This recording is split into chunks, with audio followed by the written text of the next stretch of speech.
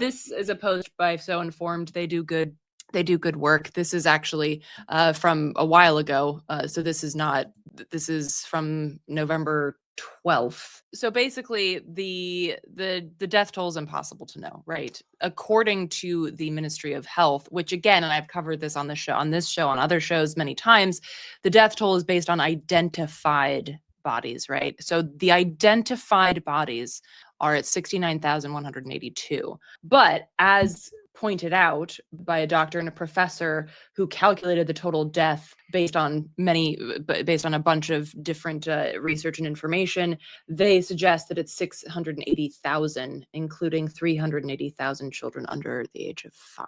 Yeah, and Stephen Donziger's analysis using the Lancet Medical Journal comes to over 500,000. Yeah, so the total numbers are obviously far above the number identified, but that's also why it's qualified as identified dead.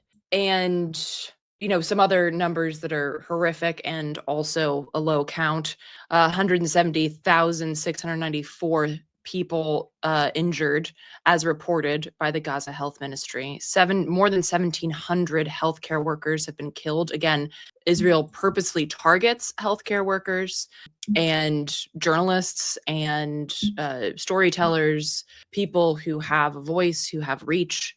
579 is the total number of aid workers that have been killed, 252 total number of journalists. And again, these are all undercounts. Again, this is documented. 92% of homes have been destroyed. 92%. Like, just imagine looking at like a part of whatever the downtown of your city looks like, and imagine 92% of buildings being leveled. And as I wrote in my recent Substack, it's equivalent to 6 Hiroshima atomic bombs dropped on a place the size of New Jersey.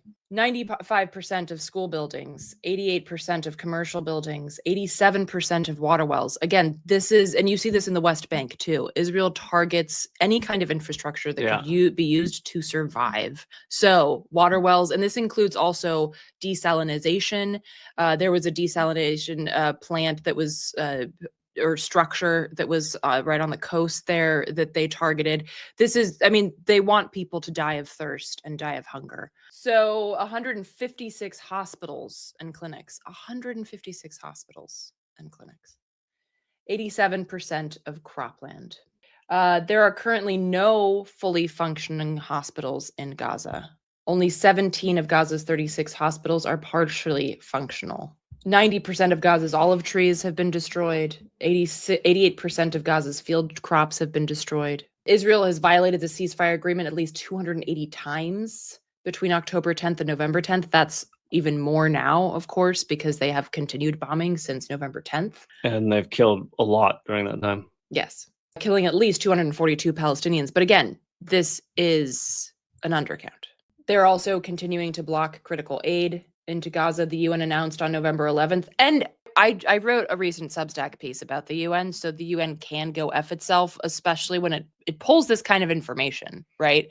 That Israel is not allowing baby formula and over 1 million syringes for vaccinations. They're blocking that, and the UN says that, and then it votes unanimously to accept Trump's Gaza plan without the presence or input of any Palestinians.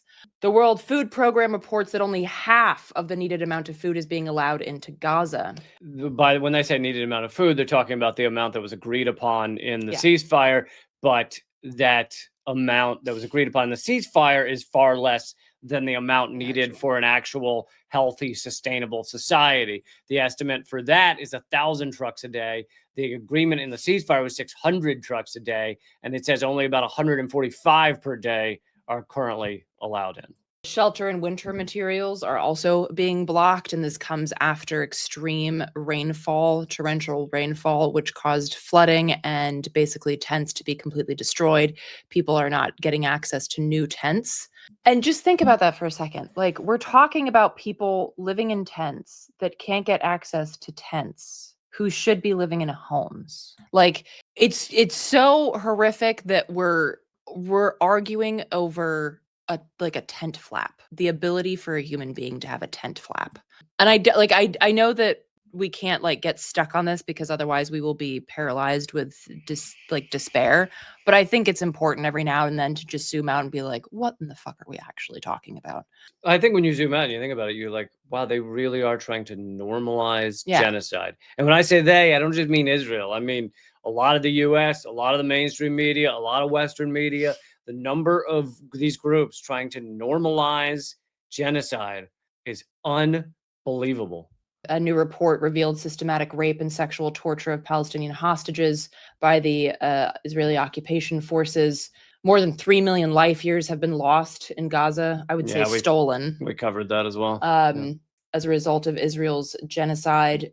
Gaza faces a severe water shortage, as I mentioned, because they target the water infrastructure and they're not allowing new infrastructure to be built or fixed. I think it's really important to highlight that the genocide is not over. It has simply been repackaged and repurposed. And this is something that Israel has been doing for decades. Basically, it does something so horrific, people can't believe it. And then it backs up a little bit. It's like 2 steps forward towards, towards more terrorism and more grotesque actions. And then it'll take a quarter of a step back and make everybody we're not going to bomb as much. Right. And make everybody think, okay, well, that's fair. Yeah. And it's like, no, it's not. Or we'll release 1,700 of the 10,000 hostages we're holding, and we'll call that progress. At the same time that they have officially voted to allow the killing of Palestinian hostages when they were doing that anyway. I mean, they were murdering them anyway. Well, I was going to say, in terms of a step back, here's them taking a step forward. Al Jazeera is reporting that Israel has been moving the yellow line further in.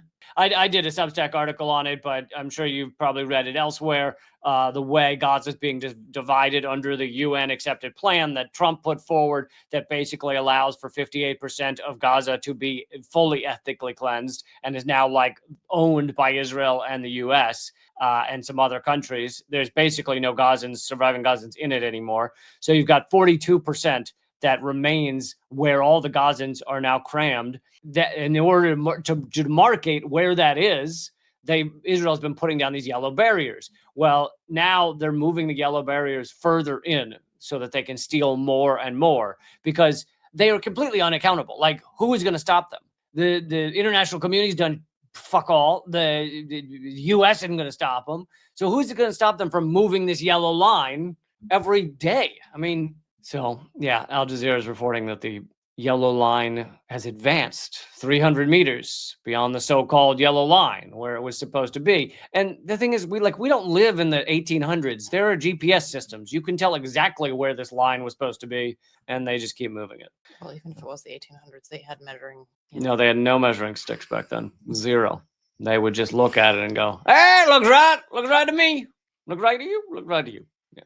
That's how they Now, sounded. if you go back to the ancient Egyptians, they knew how to measure some shit. Oh, that's because it was ancient aliens, Lee. I know, it was aliens.